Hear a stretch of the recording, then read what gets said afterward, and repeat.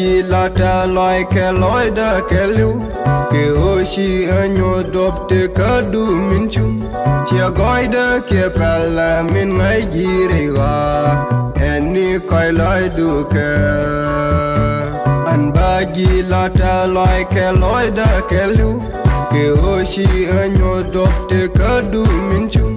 chia goy da ke pala min ngai giriwa eni koy loy du ke Rongi kelia jin kudite Koichi kwanti tika bitesin Kero seli para yuame kelu Pakoji puanjin kudin lasha Rongi kelia jin kudite Koichi kwanti tika bitesin Kero seli para yuame kelu Pakoji puanjin kudin lasha Kero seli para yuame kelu Pakoji puanjin kudin lasha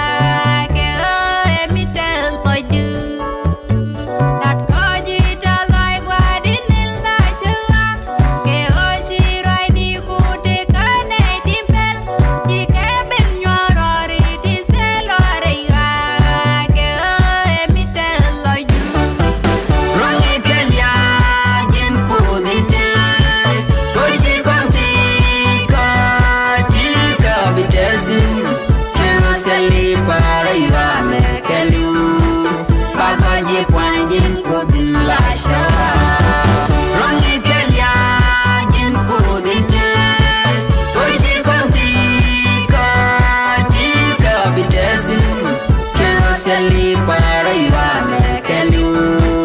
Pakoji puanjin kudin lasha Seli para yuame kelu Pakoji puanjin kudin lasha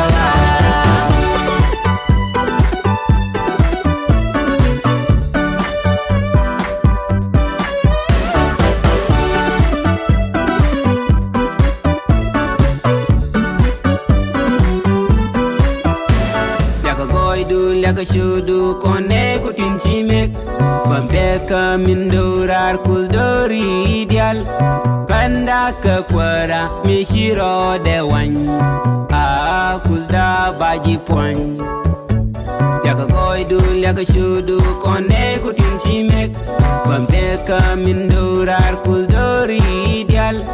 Kanda ke kwara mishiro